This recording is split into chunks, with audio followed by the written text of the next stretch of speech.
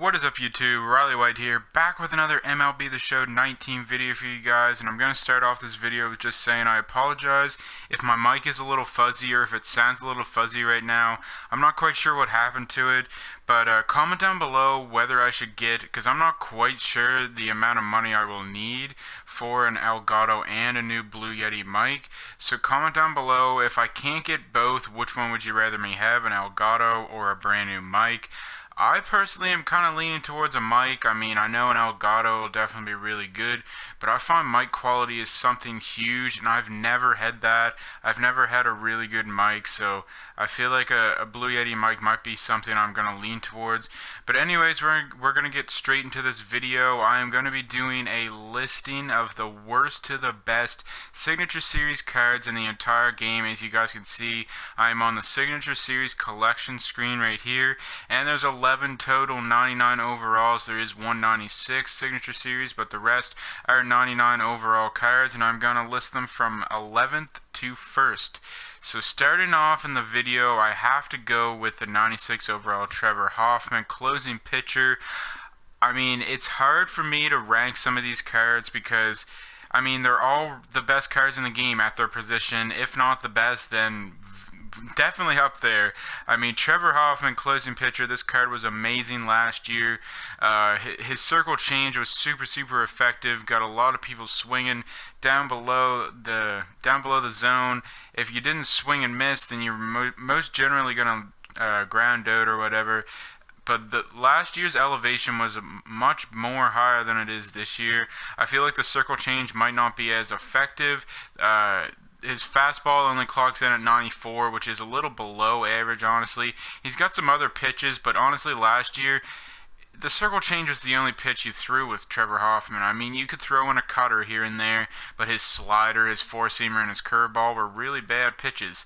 This year, I'm not quite sure how well this card will be, but I personally had to put him at number 11 just because there are so many other good cards in this list. Now, coming in at number 10, there's going to be a ton of cards on this list, obviously all of them. You guys may differ on your list than I do. You guys might get on my back on some of the cards, but at number 10 I'm going to go with Joe Morgan, and there are a couple little reasons why I decided to put Joe Morgan at number 10.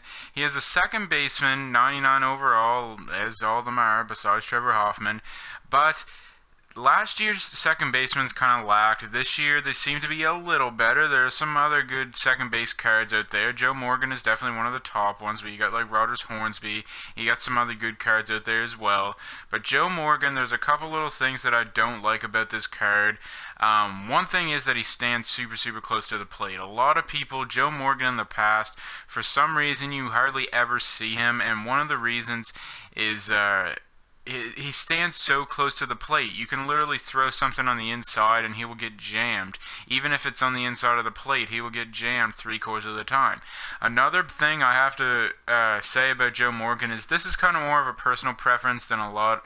I've seen a lot of other people not really bring this thing up, but whenever he goes up to the plate, he is 5'7". The same thing happens with Jose Altuve, Pudge Rodriguez, who I will get to later. Because they are such short players, their PCI actually shrinks top to bottom, so it actually makes it a lot harder to hit. To me, at least. I'm not quite sure what you guys may think, but for me, this is my personal list. If you guys are getting on my back, then so be it. I mean, some people have taken Joe Morgan. He, I think, was actually the very first card taken out of all the... I think the first person that made the Silver 1 took Joe Morgan. I'm almost certain about that. But, yeah, Joe Morgan... I had to put him at number 10. He's a great fielder for second base. Really good speed and stealing. His vision is like excellent. Vision definitely matters a lot this year. His contact and power are definitely still there as well. His power might be a little low for a 99, but you cannot diss this card much more than I already have. So without further ado, Joe Morgan is at number 10. Coming in at number 9, this is the first of the two starting pitchers. It has to go with Nolan Ryan. I mean, last year, this card, the Immortal Nolan Ryan, was one of my favorite cards in the entire game, and I think it was because after a while you got used to him not having the great control like some of the other cards like Tom Seaver had. But Nolan Ryan last year, I forget what his control numbers were. His walks per 9 once again this year are really low. His controls 75, which isn't horrible, but his walks per 9 is kind of low. And I mean, Nolan Ryan, I think this card would still be really, really good. And honestly, now that I'm looking at it, I might kind of regret putting him this low. But I have yet to use this card. I haven't seen that much about him. Most people have taken Kershaw over Nolan Ryan once you get to bronze level 75 or however far you get ahead. Nolan Ryan, I had to put him at number 9. Once again, hopefully you guys don't get on my back. There's going to be lots of players in this list that might be in spots that you guys do not agree with, but Nolan Ryan comes in at number 9.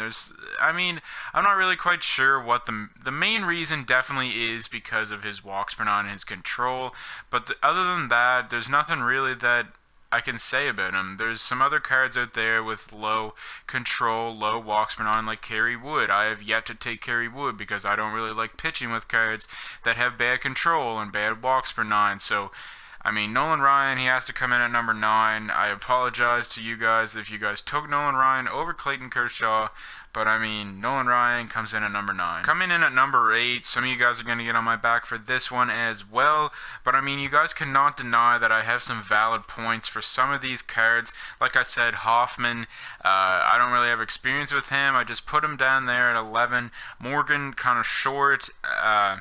Nolan Ryan, his control is really bad. And Brooks Robinson, there is one thing and one thing only that makes me put him at number 8, and that's his past cards. I mean, it was very difficult for me to want to choose Brooks Robinson due to the fact that his cards in the past have never been anything special. I mean, look at those fielding stats, 99, 97, 99, 97. I mean, one of the best fielders in the game, if not the best fielder in the entire game. Definitely having him as a hot corner is going to be stellar for whoever took him.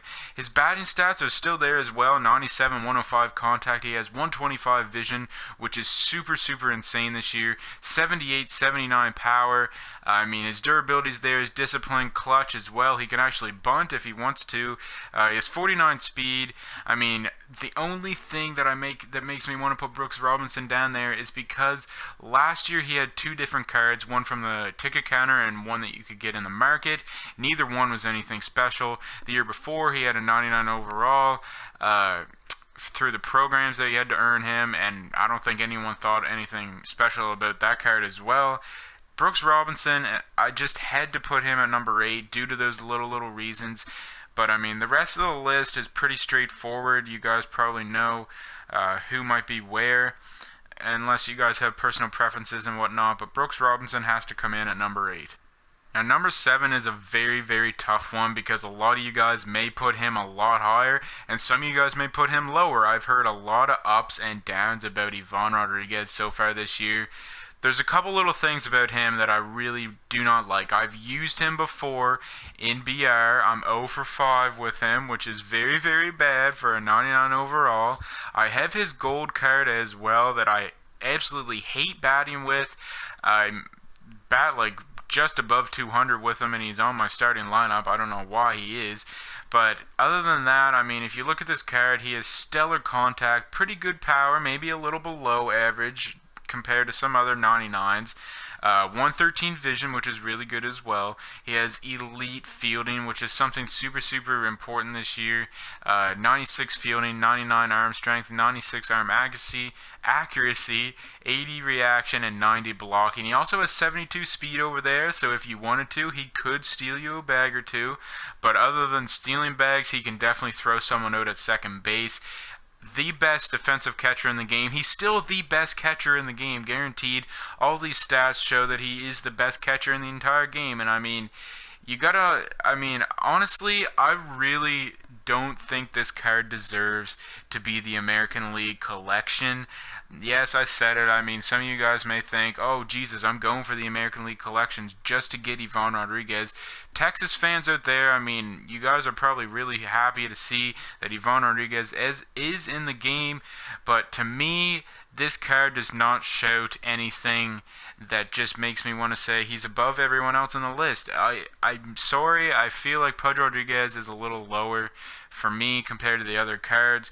And some people agree with me. Some people might have thought that he should have been lower. Some people obviously thought that he should have been higher. It's all about personal preference. But for me, Pudge Rodriguez comes in at number 7. Coming in at number 6, we're going to go with Frank Thomas, and the main reason only that he is even this high up on the list is because of those batting stats. When you see this card and you see how lopsided it is, you might look at the fielding and think, Jesus Christ, this card is shit. I mean, fielding is so important this year, but if you throw him at first base, I think he'll do okay. I mean, if they line it down the first base line, he might miss it. It might go under his glove some. It might bounce off his glove. Most generally, he shouldn't drop it if you throw it to him from short or third. That's just how first basemen are this year. They really don't drop them that often. It's usually on the bounce or on the hop or whatever that they can miss it sometimes. Even like the throw to the pitcher that's covering the bag or whatnot, that can cause some trouble. And Frank Thomas, with the fielding as low as it is, can definitely cause some trouble. But I decided to put Frank Thomas in at number 6 mainly because of the batting. If you look at those stats, 120 or 111, 125 contact, 107, 125 power, 108 vision, 125 discipline, 120 clutch. Definitely can't bunt, which could be a problem. Not actually. I mean, Frank Thomas last year was a beast. I had him on my bench. He was definitely my best bench bat. Some games I could have put him in over Albert Pujols at first, whoever I played at first, Pujols or Babe Ruth. It definitely depended on who I was playing against. But Frank Thomas was an amazing card last year, and I cannot think that his card will be any worse this year. I mean, if you look at those batting stats, they're better than they were last year. I think this card is definitely deserving of number 6 on the list, and that's exactly where I decided to put him. Now, coming in at number 5, cracking the top 5 list, is the center fielder Duke Snider. I was going to say 99, but I mean, they're all 99 besides Hoffman. So Duke Snider comes in at number 5 to crack the top 5. I personally took Duke Snider because last year I loved Duke Snider. He was one of my favorite cards, probably my favorite career arc in the entire game was Duke Snider. I thought he was much better than, I guess Frank Thomas was a little close, but he was better than Mike Schmidt. I hated Mike Schmidt. He was better than a couple of the other good cards, like CC Sabathia was alright, Fergie Jenkins, but it's hard to compare position players and pitchers and whatnot. But I decided to take Duke Snider. So far in Diamond Dynasty, I am only batting .299. The last couple games I don't know why, I'm just around 700 ratings, so for some reason, if I'm playing against Hall of Fame players, it's a little difficult and whatnot. But he has 4 home runs, 14 RBIs, which isn't bad and whatnot. I mean, 5 doubles. Struck out a little too much with him. I mean, I cannot complain. Duke Snider, 99 overall. Definitely being on my team is really cool. I don't want to even look at any more of my stats with him. But if you look at this card, he's got 115, 110 versus righties, 93, 83 versus lefties. Most generally, it's harder for players to hit lefty versus lefty matchup. His stats are a little lower versus lefties. He also has 108 vision, which is really, really good. 117 discipline and 110 clutch. He has pretty good fielding. I mean, that might be the below tier of diamond fielding, is like 85, 78, 79, 83. He also has 74 speed over there, so this card is definitely a 5-tool player. Maybe a little below in the fielding compared to some of the other fielders in the game, and his speed is 74 as well, which is a little below. I mean, it's definitely above average, but you're not going to really be stealing a lot of bases with Duke Snider just because of the good catcher arms in the game right now. But I decided to take Duke Snider, and mainly because of how good he was last year. And so far, I've done pretty good with him. He's came up clutch for me quite a bit. You'll see a gameplay of him and the rest of my squad, I guess, from a little bit ago. I've definitely improved my squad since then. But you guys will see a gameplay of that like tomorrow or the next day. I'm not quite sure yet. But Duke Snider comes in at number 5 on this. Coming in at number 4 is the second of the 2 starting pitchers. This goes to Clayton Kershaw. Man, this card is amazing. I cannot tell you guys how much I enjoy pitching with this card. When he is on the mound, if I'm struggling batting, as long as I can scrape through 1 or 2 runs, I know Clayton Kershaw can shut down the rest of the game. His ERA is a little high compared to what I would like. I actually have a better ERA with Hal Newhouser than I do Clayton Kershaw. 249, that's not bad. His whip is what really impresses me. .79, that means I either walk or give up a hit per innings pitched. .7 of the .79, I'm not really sure, that's not really percentage of the time. So like every inning, .79 batters get on base, whether it's a walk or a hit. So it's very, very, very low compared to some of the other whips in the game that I have, depending on who I pitch with. He has 59 strikeouts through 50 innings, only 3 walks, 59 to 3. That is amazing. I didn't even see that yet, but this is the first time I've even took to focus on that stat there. But I mean, Clayton Kershaw, I decided to put him at number 4. Most people took him at the 75 bronze level. You could either choose between him, there's some other batters like Giambi, Trammell, Matt Kemp, Ichiro, Johnny Bench. You could choose Hoffman or Nolan Ryan, but most people took Kershaw, and I'm glad I took him as well. This card definitely deserves to be at number 4 on this list. Now, coming in at number 3, the only thing that disappoints me of taking Duke Snider is I may have taken the wrong card when I could have taken this 99 overall Tony Gwynn. But honestly, if I'm 26 silver right now, not that far away from getting another good card from the high diamond overall as well, and it won't be long before then that I will be able to get Tony Gwynn as well. So I'm not going to complain. Duke Snider has done well for me. Tony Gwynn's definitely going to be a really good card to have on the team. In 9 plate appearances through BR, I have 6 hits, no home runs or RBIs or doubles. I guess they're all singles, but so far BR, he's done good for me. A lot of people may have put him at number 2 over who I have at number 2. But Tony Gwynn, if you look at this card, he is a 5-tool player if there ever has been one. 125 contact versus both sides, 125 vision, which is amazing, the highest that it can get. 67, 69 power, and you guys may be looking at this card like, damn, he's only a contact hitter. But the only reason his contact in the power, the range is so much like that is because his contact is as high as it can be. But 67, 69 power is definitely not bad. It's definitely above average for this year. I mean, 67, 69 power, I cannot complain one bit. A lot of people overlook his power numbers. But if you look at the fielding and the speed as well, 91, 92, 90, and 90 fielding, man, this card is amazing. 89 speed, 96 stealing. One of the main reasons why I decided to take Duke Snider over Tony Gwynn was because of the power numbers and whatnot. I mean, as you guys can see, contact hitters mean a lot more than you think this year, and Tony Gwynn is probably the best one you can take over like Duke Snider and Frank Thomas and them. But I took Duke Snider over Tony Gwynn mainly because of past experiences and whatnot. Duke Snider was so good for me last year, but Tony Gwynn comes in at number 3 in this list, a very, very good card.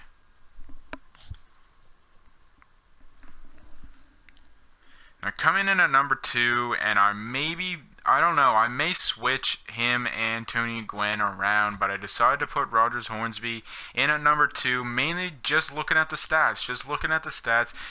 Hornsby, this card is just that much better of a hitter than Tony Gwynn. He has the same contact, same vision, but with 30-some better power versus both sides than Tony Gwynn does. I mean, his fielding is 75, 74, 76, and 65, which is a little low, but if he's a second baseman, I think that's all right. He only has to throw to first base more times than not.